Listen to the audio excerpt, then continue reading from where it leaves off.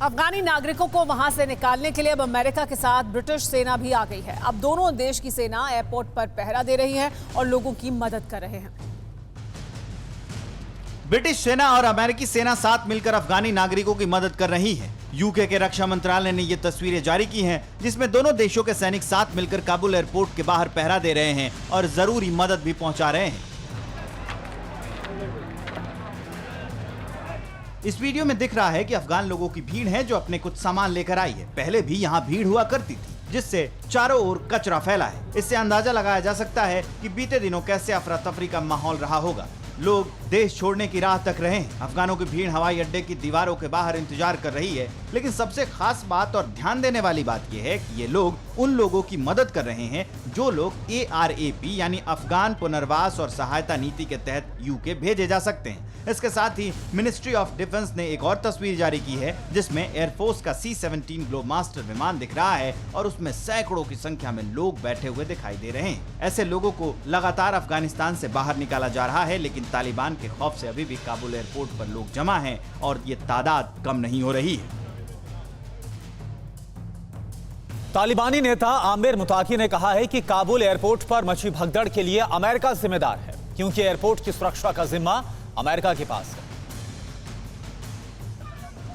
अफगानिस्तान के एयरपोर्ट की सुरक्षा और उसके देखभाल की जिम्मेदारी अमेरिका के हवाले है, लिहाजा वहां जो खून खराबा हो रहा है उसके लिए तालिबान ने अमेरिका को जिम्मेदार ठहराया है। अफगानिस्तान में तालिबान के कब्जे के बाद से काबुल एयरपोर्ट पर देश छोड़कर जाने वालों की कतारें लग रही हैं। भीड़ को काबू करने के लिए एयरपोर्ट के बाहर फायरिंग तक हो चुकी है। काबुल एयरपोर्ट पर मच रही भगदड़ से लोगों की जान जा रही है।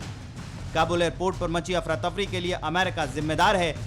आमिर खान मुताकी ने कहा है कि अमेरिका एयरपोर्ट पर शांति कायम रखने में फेल हो गया है।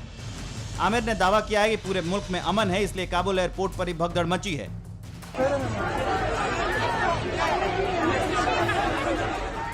यही वजह है कि तालिबान ने काबुल एयरपोर्ट से भीड़ को बाहर निकालने के लिए एयरपोर्ट को 48 घंटे के लिए बंद कर दिया है। हालांकि विमानों की आवाजाही जारी रहेगी, लेकिन इस दौरान नए यात्रियों की एंट्री पर रोक रहेगी। काबुल एयरपोर्ट पर भगदड़ की खबर के बाद अब तालिबान ने काबुल एयरपोर्ट की सुरक्षा अपनी स्पेशल फोर्स बद्री 313 यूनिट को सौंप दी है।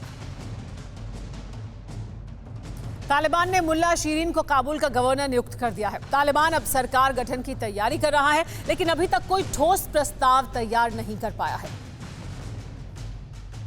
अफगानिस्तान में नई सरकार का गठन कब होगा, अभी इसके बारे में कोई पुख्ता रिपोर्ट सामने नहीं आई है, लेकिन सरकार गठन की कवायद जरूर नजर आ रही है। तालिबान में मुल्ला शीरीन को काबुल का गवर्नर बना दिया है। अब मुल्ला शीरीन काबुल का पूरा प्रशासन संभालेगा। अफगानिस्तान पर कब्जे के बाद तालिबान ने पहली सरकारी नियुक्ति की है। हालांकि अफगानिस्तान के राजनीतिक पार्टियों के नेताओं ने कहा है कि तालिबान और राजनीतिक नेताओं के बीच भविष्य की राजनीतिक व्यवस्था को लेकर अभी तक कोई गंभीर चर्चा नहीं हुई है। मीटिंग में लोगों की सुरक्षा का फिर से भरोसा दिया गया है। बैठक में कांधार को राजधानी बनाने पर चर्चा हुई, जिसे TV9 भारतवर्ष ने 5 दिन पहले बता दिया था। इस बीच दुनिया की टेंशन बढ़ा देने वाली खबर आई है। भारत और अमेरिका की नाक में दम करने वाला हक्कानी नेटवर्क तालिबान के साथ सरकार बना सकता है। तालिबान के बड़े नेता राजधानी काबुल में इकट्ठा हो रहे हैं और नई इस्लामिक सरकार बनाने के लिए चर्चा हो रही है। तालिबान के साथ खूंखार आतंकी संगठन हक्कानी नेटवर्क भी इस सरकार में शामिल हो रहा है, जो उससे भी कहीं ज्यादा खतरनाक माना जाता है। इस संगठन ने कई घातक हमलों को अंजाम दिया है।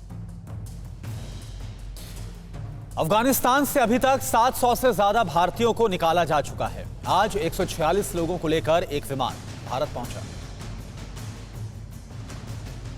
अफगानिस्तान पर तालिबान राज लौटने के बाद हर तरफ खौफ का माहौल है। हर शख्स जिंदगी और मौत के बीच फंसा दिख रहा है। भारत सरकार अफगानिस्तान से सभी भारतीयों की सुरक्षित वापसी में लगी हुई है।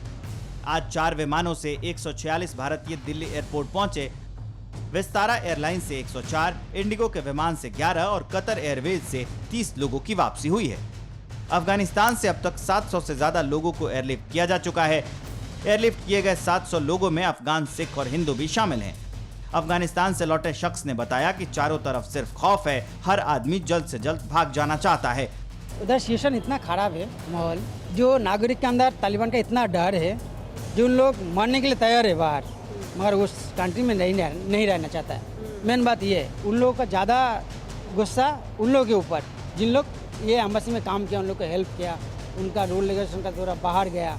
अफगानिस्तान में फंसे लोगों ने भारत पहुंचकर राहत की सांस ली और कहा कि मौत के मुंह से निकल आए हैं।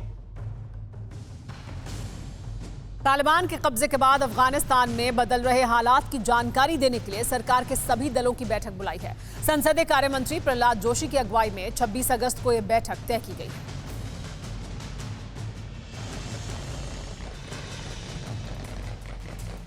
अफगानिस्तान में तालिबान के कब्जे के बाद हालात लगातार बिगड़ते जा रहे हैं। भारत समेत सभी देश अपने नागरिकों को जल्द से जल्द निकालने के लिए लगातार रेस्क्यू ऑपरेशन चला रहे हैं। इसी बीच अफगान संकट पर चर्चा के लिए मोदी सरकार ने सर्वदलीय बैठक बुलाई है। विदेश मंत्री एस जयशंकर सर्वदलीय बैठक में अफगानिस्तान के हालात और रेस्क्यू ऑपरेशन की विस्तार से जानकारी देंगे। अफगान मसले पर मोदी सरकार ने बुलाई सर्वदलीय बैठक। 26 अगस्त को 11 बजे सभी दलों के नेताओं की बैठक होगी। विदेश मंत्री जयशंकर अफगानिस्तान संकट पर जानकारी देंगे। अफगानिस्तान से चलाए जा रहे रेस्क्यू ऑपरेशन की भी जानकारी देंगे। तालिबान से भारत के संबंधों और अफगानिस्तान में भारत के निवेश की सुरक्षा पर भी सरकार का रुख साफ करेंगे। भारत ने अफगानिस्तान में 23,000 करोड़ का निवेश कर रखा है। कांग्रेस समेत कई विपक्षी दलों ने अफगानिस्तान मसले पर सरकार से सर्वदलीय बैठक बुलाने की मांग की थी। कांग्रेस नेता अधीर रंजन चौधरी ने कहा था कि सरकार अफगानिस्तान के मुद्दे पर जल्दबाजी दिखा रही है। सरकार को सभी दलों की राय लेकर ही आगे बढ़ना चाहिए। फिक्र आपकी, सोमवार से शुक्रवार रात 9 बजे सिर्फ TV9 भारतवर्ष पर।